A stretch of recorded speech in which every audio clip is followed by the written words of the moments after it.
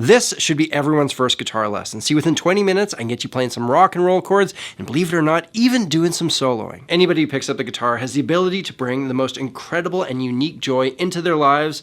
Let me show you where you start. Now for today's lesson, it doesn't matter if you're playing electric or an acoustic guitar. I'm going to be using an electric, but the principles stay the same regardless. And the first thing that we want to figure out on our guitar is the note names of each one of our strings when we play them open. When I hit the lowest pitch, the thickest string, that should be an E. We call that the low E string. The next thickest string gives us an A. That's called the A string. We have then a D, the D string, the G string, the B string, and then the final thinnest string is another E, and that's the high E string. And so your first goal is to take this information, lock it in, get it memorized. And you can do this by going up and down the strings, saying the name of the strings as you play them like this. E, A, D, G, B, E, E, B, G, D, A, E. You might have to do this a bit slower. That's okay, take it at a speed that makes sense for you. And by the way, I'm gonna put up a PDF with a bunch of this info as well as a to-do list in the description. And this exercise that I showed you is great for two different reasons. First of all, it gets you dialing in those string names, but it also gets you training your picking hand. Now, if you're using a pick or plucking with your fingers, it doesn't really matter. I'm using a pick. What does matter is that if you want to play an A string, you are in fact playing the A string. And the other important thing is that you are only hitting the string you want and not others as well, so make sure you're paying attention to that. And at this point, we're ready to start building some chords, making some music, so let's get after it. The first chords we're looking at are called power chords because they sound powerful. I've got two power chords for you today. We got the A power chord and then the D power chord. To get the A power chord, you start by playing the open A string. Then you go down to the D string, the string that's physically one below it, and then go over just before that second metal piece of wire, press down there, play those two notes together, A power chord. And these metal wires are called frets. They allow us to select notes with our fretting hand. And when I do so, I want to make sure that my finger is right before the second fret without going over to give me optimal tuning and ease of play. And with this A power chord, take a second here, play it a couple times, try to get it under your fingers, listen to it, absorb the chord's power. And so in these initial stages of playing this chord, you might want to do a bit of a diagnostics check here. Make sure that you are in fact fretting the note that you want to play. Make sure that you are picking the only two strings that you want to play. Make sure that it's all ringing out nice and clear. And if it's not sounding good, you want to figure out why. Is it because your fretting finger is going too far down and silencing the A string? Is it because maybe you aren't pressing down hard enough? Because you're not just using your index finger to apply force on the string, you're also using your thumb to press the neck towards your finger, giving you a bit of a pinching motion, each finger taking 50% of the work. And when it comes to your picking hand, you're not just picking down through all the strings. That's going to give you a bunch of notes that you don't want ringing out. Instead, what you're doing is kind of picking at a little bit of an angle. It might take a little bit of time to get this sounding perfect, but let's move on and start bringing in a bit of rhythm. So you can kind of think of music existing in two different dimensions. The vertical dimension is the pitch, how high or low your notes are, and then the horizontal dimension is how these pitches change over time. And music will progress through time along a steady pulse, and more often than not, this pulse is felt in counts of 4. 1, 2, 3, 4. 1, 2, 3, 4. Try counting alongside your favorite songs, and you should find that you can naturally find this pulse fairly easily. But each one of these counts is called a musical beat. 4 beats makes up a bar. But let's bring our A power chord back in and add some rhythm to it. And the easiest way to do this is hit the chord every time you count a number like this. 1, 2, 3, 4. 1, 2, 3, 4. And so now, why don't we try doing this together? We're gonna play 4 bars. We're gonna pick our power chord with a downwards motion on every beat. I'm gonna count to 4, and then we're off. Here we go. 1, 2, 3, 4. 1, 2, 3, 4. 1, 2, 3, 4. 1, 2, 3, 4. 1, 2, 3, 4. Now I'll let you know I just released a full beginner course designed for guitar players who are right at the starting line. In Samurai Guitar Theory, the Foundation, we cover everything you should be learning in these crucial initial stages. See, I've come across far too many guitar players who are missing bits and pieces here, and without a strong foundation, it's all gonna fall apart. From chords to solos, musical, guitar concepts, this is the stuff that will get you rolling. We've animated these lessons so that they're easy to understand. I've taught them so that you can take this information and use it to create the music that you most want to make. And we got got some special pricing. When you use the link in the description, you're going to get this course 75% off for only $19. Anyways, back to it. All right, we got a chord. We got a pulse. Guess what? You're making music. You're playing guitar. You have now taken the first step. But music would be incredibly boring if we just played 1, 2, 3, 4 the whole time. So what we're going to do now is start manipulating the pulse and making it a bit more interesting. And there's a whole lot that we can do here. Why don't we start by just skipping every second beat? 1, 2, 3, 4. 1, 2, 3, 4. Now, before we do this together, did you notice how my strumming hand was following the motion even when I wasn't playing on the second and fourth beats? This is an important habit to get into right out of the gates. The strumming hand follows the beat like a pendulum even when you aren't hitting the strings. So let's do this together. On the first and third beats, we're hitting the power chord. On the second and fourth beats, we're doing a strum off to the side. Here we go. 1, 2, 3, 4. 1, 2, 3, 4. 1, 2, 3, 4. All right, nice. Why don't we now double our strums? And we're going to do this by hitting the chord on the way down, but then also catching it on the way up. These two hits happen within a single beat, and we count them by saying and. 1 and 2 and 3 and 4 and. Let's see if we can do this together with the chord. 1 and 2 and 3 and 4 and 1 and 2 and 3 and 4 and. It's a little bit tougher, and at first you might have to be paying real close attention, making sure you're only hitting those two strings, but the more you do it, the more natural it becomes. So let's take a second here just to go over the big points that we gotta remember. Our hand always follows a downbeat like a pendulum. We can hit the strings going down or up. We can leave space so our notes ring out longer, or we can chop up our rhythm more finely by hitting the chord more. Let me show you an example of a strumming pattern that's more varied than the ones that we've looked at so far. 1 and 2 and 3 and 4 and 1 and 2 and 3 and 4. There are times in music where you have to lock into a steady strumming pattern for an extended period of time. There are other times where the strumming pattern is fluid. It changes to suit the accompaniment.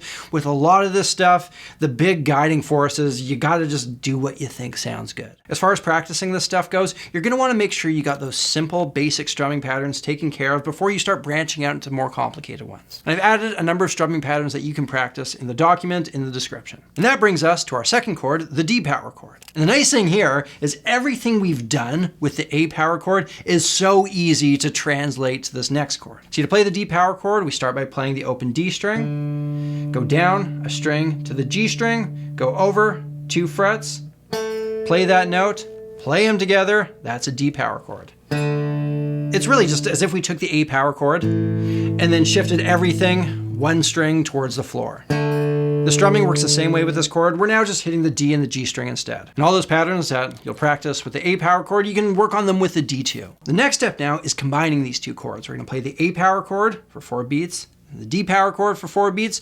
We'll do that twice through. You can join me if you'd like. 1, 2, 3, 4. A, 2, 3, 4. D, 2, 3, 4. A, 2, 3, 4. D, 2, 3, 4. Another point that I want to make is once the musical rhythm is started, it doesn't waver. Once the train's out of the station, it's going at a steady speed till its destination. And so you want to be thinking about your next chord before you even play it so you can hit it right on the downbeat. You don't want to get to it, be like, oh my God, here's the next chord. I got to find it. I got to get my fingers in position. Okay, now I'm ready.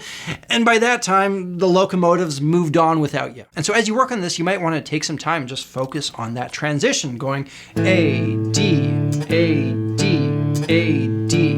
If you have to go slower, you have to go slower. Whatever you do in music, you want to focus on the things that are difficult and work on them in a constructive way. And so at this point, we have the chord progression that we're going to be using for the rest of the lesson. 1 bar of A, 1 bar of D, repeated over and over again. All the strumming patterns we've looked at, all the strumming patterns in the PDF can now be used for this progression. And hey, when you're feeling good about this, you can start trying to come up with your own strumming patterns. And that right there is an intro to a big part of playing guitar, power chords. Now, there is a lot more to them, playing them across the entire neck. And this is something that we do work on in my course, The Foundation. And remember, you can use the link in the description to pick up that course for $19. And with this lesson, I wanted to show you the two sides of playing guitar. There's what we've done so far, and we call that rhythm guitar, the supporting role, the harmony. And if you're feeling like, hey, this is enough stuff for me to work on in this world, you can jump ahead to the lead guitar part of this lesson. I've got that timestamp for you. But if you're still feeling it, I'm going to give you a bit of bonus information and show you what the next steps are here, and that is turning the A and D power chords into A and D open chords. Let's bring back our A power chord again. We have the open A string. We have our index finger on the 2nd fret of the D string, and what we're going to do now is take our middle finger, play the 2nd fret of the G string, and then we're going to have our ring finger playing the 2nd fret of the B string, and then we have our open high E string ringing out. All together, sounds like this. We've added more notes to the chord. It's richer, it's fuller. It's not better than a power chord, it's just used in different situations. All the strumming patterns we've looked at can now be used with this chord. The difference now is we just need to use a longer strum to make sure we're catching all those strings. And now one of the cool things that we can do, since we have more real estate available to us, is hit different parts of the chord as we strum. Check it out.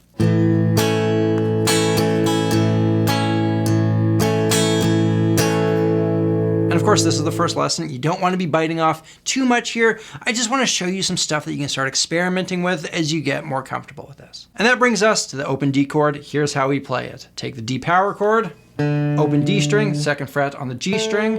And now what we do is we take our ring finger and play the 3rd fret of the B string alongside the 2nd fret of the high E string. All together, sounds like this.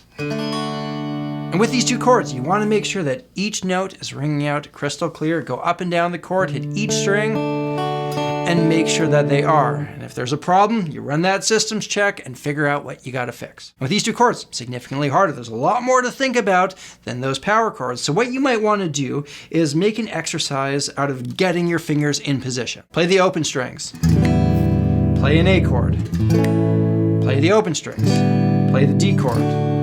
Open A, open D, again going as slow as you have to. Doesn't sound great, not all exercises will, but we're training ourselves by focusing on the toughest bit. When that's all good, we bring them into our chord progression, 1 bar each with some strumming, sounds like this. A, 2, 3, 4, D, 2, 3, 4, A, 2, 3, 4, D, 2, 3, 4, A. I'm going to show you one little cheat here. If you really need to play the and of the beat right before you transition to the next chord, what you can do is just hit the open strings to give you some time to get to that next chord. 1, 2, 3, 4, and 1, 2, 3, 4, and 1. It happens so fast that the ear doesn't even really register it as wrong pitches. It's just more of a percussive thing that buys you some time. And so these are two of many open chords that make up a key element of playing guitar at every stage. In my beginner course of Foundation, we do spend 3 lessons on all the open chords that you really need to know out of the gates. But with that, let's move on to some lead playing. See, there's 2 roles that a guitar will fill. We've checked out the rhythm stuff, and then there's the melody side of things. And the melody is the single note focal point of a song. Think of the vocal lines that a singer would sing, the main guitar riff, or a guitar solo. And you might be thinking, dude, this is my first guitar lesson. Am I really ready for that? But the ability to improvise, make up music, create, take a rudimentary guitar solo is something that we all have within us, even if it's a muscle that maybe we've never used before. But it's truly one of the most fun things that you can do on your instrument, and I'm a firm believer in the idea that it's something that we should introduce right off the bat. And so with that, let's start ripping some guitar solos. And if I said to you, okay, go for it, improvise something on your guitar right now, you look at your guitar deck, you look back at me and say, what? There's a lot of notes that are available here. It's kind of overwhelming. So what we're going to do is really pare things down. Take the D string, take your ring finger, count up 1, 2, 3, 4, 5, 6, 7, the 7th fret of the D string. And so with just that one note, I want you to start adding some rhythm to it. Don't think about it too much, just start hitting it in time to a pulse and see what comes out. Here's what I might play. 1, 2, 3, 4.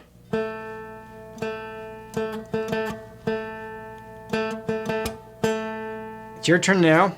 We're gonna bring in the Sammy G Orchestra. Let's see what you come up with. 1, 2, 3, 4.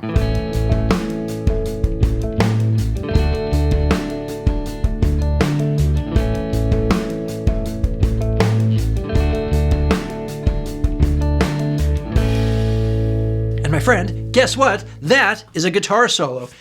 You're doing it. Maybe you're not an Eddie Van Halen quite yet, but you're closer than you were when we started this lesson. But let's add a little bit more into the mix here because most guitar solos use more than one note. So far we have the 7th fret of the D string. We're playing that with our ring finger. Now we're also going to bring the 5th fret of the D string into the game, and we play that with our index finger.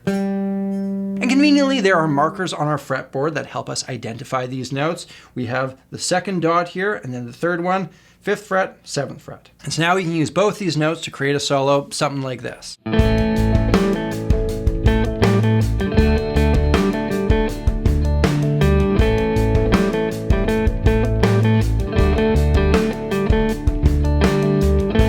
And I've extended that backing track and linked it alongside the PDF so that you can jam and work on this stuff alongside the Sammy G Orchestra as much as you'd like. And let's go over the checklist of things that you want to make sure you're doing with this stuff. You gotta be hitting the right notes. If you're picking the D string and fretting on the G string, you got a problem. Gotta stay on those indicators, the 5th and 7th fret. If you're moving off there, you got problems too. And if we are in fact playing the right notes, we can start thinking about some musical concepts. See, music is kind of like a language and will typically use almost sentence structure. You can bring in things like punctuation. Take a listen. Period. Period. Period. And that's going to sound much more musical than just a huge long run-on sentence. And within these sentences, you can think about bringing in musical motifs or ideas, and these are like themes in your story. And so something like, I don't know, ba-ba-bop, ba-ba-bop, can be an idea that I incorporate and play off of in my solo.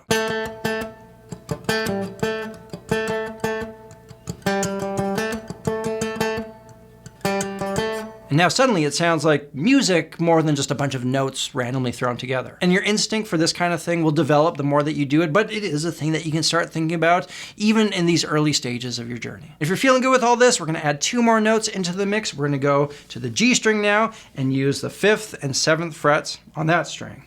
And so you're going to want to take some time getting these notes under your fingers. Try going from the lowest note to the highest, highest down to the lowest a few times over.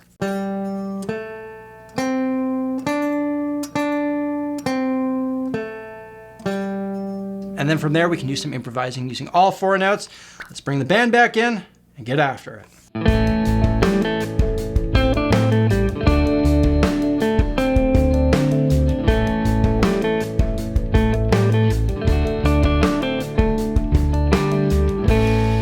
Got the jam track to play along with, and with just these 4 notes, you can actually start making things that sound pretty cool. And if this is feeling good, here's the bonus information. I'm going to show you how you can start adding some style into these 4 notes. And the sense of style comes with how we play these notes. And the first thing that you can think about is dynamics, or how loud and soft we play them. You don't want to play every single note at the same volume. If I add some variance there, it can have a really nice effect.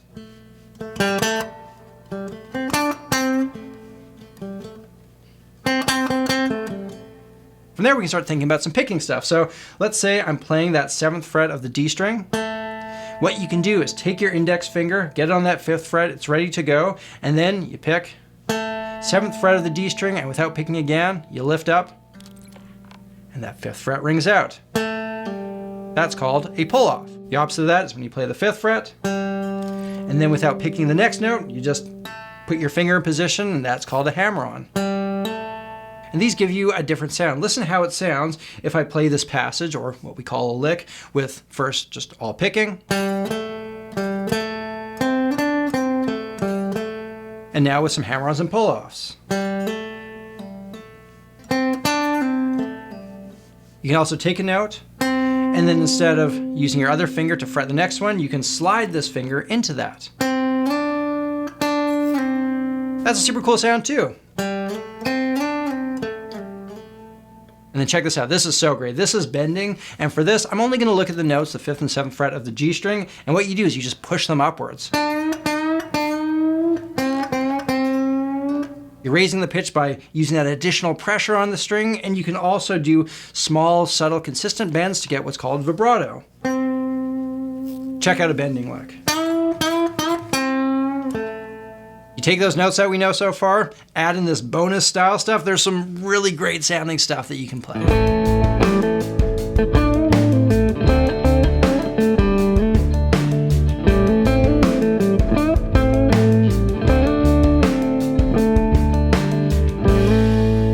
And again, with this stuff, I certainly don't expect you to have it sounding like that quite yet. We're starting the journey, but it's also worthwhile looking ahead to see what's on that next hill, where this is all going. Because we can further build out this information across all the strings, unlocking what's called the pentatonic scale. And you guessed it, this is something that we do look at in the foundation. The course is designed to walk you through that first stage of the musician's path. Because here's the thing.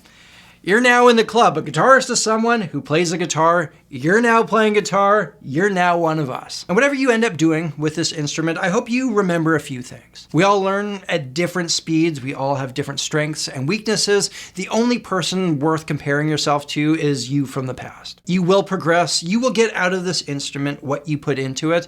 I mean, at the start of this lesson, you might not have been able to do anything, and now you can do something. All your favorite guitar players at some point were exactly where you are right now. I remember it clearly. The possibilities for what you can do truly are endless. And I've come to realize that there really is no destination with all of this. The better I've got, the more I've realized I don't know. I've got up one hill only for the mountain to come into view that's right ahead. And so it's so important to make sure that you're having fun at every step. Joy is why we play. And if you treat yourself, your guitar, and your music well, it has the ability to fulfill you with this unique joy that can last for your entire life. Ladies and gentlemen, there you have it. That is your first guitar lesson. I'd love if we continue down this path together. If you'd like to check out my beginner course, I got a link in the description. And if you use that link, you're gonna get it 75% off, only $19. And picking up some of that Sammy G merch is always a great way to support the show. You can find a design like this one and many others at shopsamuraiguitarist.com. Thank you all for watching. Until next time, look after yourselves, look after each other, look after the planet. I'm Samurai Guitarist, and I'll see you again soon.